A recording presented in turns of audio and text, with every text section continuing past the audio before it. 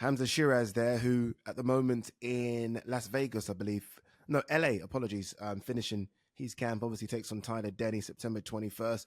One of the big talking points was Chris Eubank Jr. Look, Chris Eubank Jr., for those that don't know, was one of the main fights that should have been on this card against Hamzah Sheeraz September 21st. Hamzah wanted it. Chris at the time declined it. What do you make of Chris not taking on Hamzah? Can you understand from a Chris point of view, his age, his profile, that he only wants to be... I'm not saying Hamzah's not a super fight, but you know what I mean? It's not... Like, Chris would never have thought about Hamzah up until 12 months ago when Hamzah's name started to come to the fore. I can understand why Chris is like, no, I don't really fancy that. Hamzah needs Chris more than Chris needs Hamzah, frankly. And Chris has probably got 3 fights left and Hamzah's probably got 10. So yeah, exactly. Yeah, Hamzah's obviously won with the WBC. And I think he's 4-1 with the IBF and the WBO. So he's there in line for Yanibek Alimkhanuly, and he's 5 as well with the WBA. So he's there for Carlos Adames, Erislandy Lara, Yanibek Alimkhanuly. Apart from the diehards that listen to the show, no one knows who they are. And that's what he mentioned as well. Sorry to cut across you, Gareth. When I spoke to him, he mentioned that because I said to him, look, would you rather, if I gave you the option right now of fighting up for a world title or Chris Eubank Jr., what would you take? He said, Chris Eubank Jr. Duke McKenzie was upset by the answer, but he said, because nobody, unfortunately, knows who Carlos Adames is or Alimkhanuly. And even Erislandy Lara is now 41. Like, no one cares about those fights, unfortunately, for Hamzah. If you were to fight a Chris Eubank Jr., that's a pay-per-view fight, it's a big fight, your profile grows as well. So can you understand him wanting the Chris fight opposed to a world title fight? Yeah, of course. It's more of a world title fight. Speak to Duke McKenzie then. He's your friend. I don't need to. He's wrong. He's stuck in the mud. I love Duke. You know that. Been friends with him a very long time, but come on. Wake up, Duke. It's a big money fight. It's more of a pay-per-view fight. Project you in a greater way. And it's actually a better matchup. And fans would flock to see that contest. That would sell out the O2 Arena, 20,000. Yeah, 100%. On its own. I think they will meet at some point. It wouldn't surprise me. But right now, Chris Eubank's right. Hamzah's still a developing fighter. And it absolutely wrecks his stock right now to go, 12 hard rounds with Sheeraz or get stopped by him. Better that they meet. For example, if Hamzah beats Tyler Denny, if Hamzah then fights Denzel Bentley, if he fights for a world title against Adames, Lara or Alimkhanuly, and they're all doable. He's got the ear of His Excellency. He's an ambassador with Riyadh Season. They love the relationship he has with Pakistan. And let's be honest, Hamzah Sheeraz is a beautiful person with an amazing backstory, with a father who was a first-class cricketer who bowled out the West Indies for Gloucestershire, who went to prison for 3 years for car crime. You know all this, don't you? Yep. He's got an amazing backstory. Kamran, his dad, is an amazing father. Great guy to be around. In fact, whenever I'm working, he always comes with a bottle of water for me. Does he do the same for you? No, he doesn't. I don't get that treatment, no. No, well,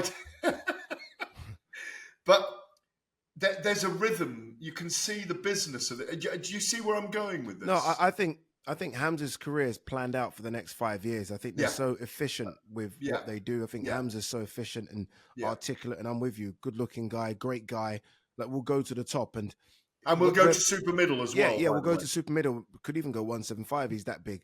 But he may end up fighting Canelo, You don't know. I mean, his name could be in the mix soon. But for Chris Eubank Jr., that's not part of Chris's story. Chris has given his hit list, and let's quickly run through the hit list.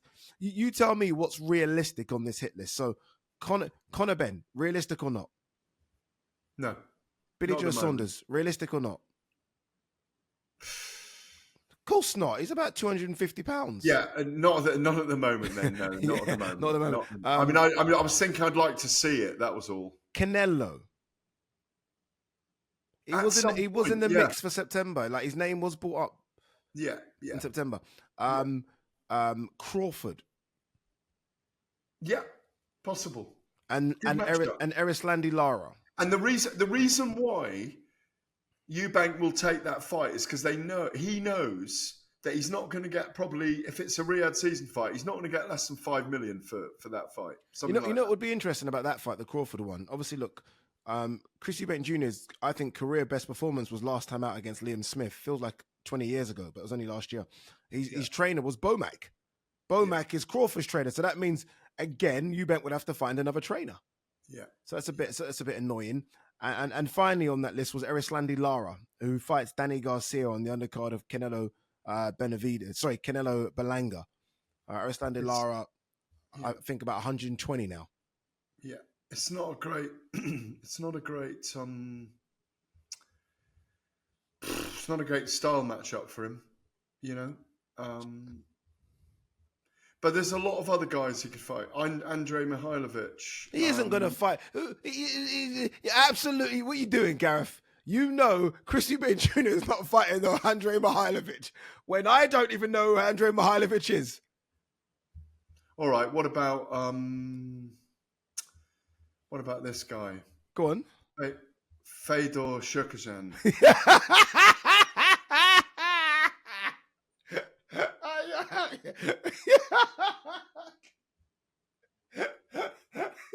Just remember that name, Fyodor Cherkazhin. Okay? Well, you know. This is Chris Eubank Jr. we're talking about. He's not fighting no Fedor Shurkazhin. They're promising him a big fight after one of these smaller names, then you never know. You know what I don't like about this Chris comeback fight that is probably going to happen October 12th? Why does he need a comeback fight? Why not just go straight in? Like, what are we doing? Like, Chris keeps himself in the best nick of any boxer I've ever seen in my life. Like, always in shape, lives the life, doesn't drink, doesn't smoke. Yeah, goes to the odd party, but doesn't drink or smoke in those parties. Why does he need a warm-up fight? He isn't coming off a loss. He's coming off a win. I don't understand. I need a little warm-up fight, then a big one. You're not 26. Like, you're now, like, coming up to your mid-30s. Just go straight in there, my man. Time is against you. A warm-up fight, warm-up fight, warm-up fight. That's why I love Canelo. Say what you want about Canelo. Canelo gives you May, September against everyone. Apart from David Benavidez. Apart from David Benavidez and David Morrell and potentially Terence Crawford. Apart from those guys. He beats Morrell. Yeah, from what I saw from Morrell against Hot Rod, I think he beats Morrell as well.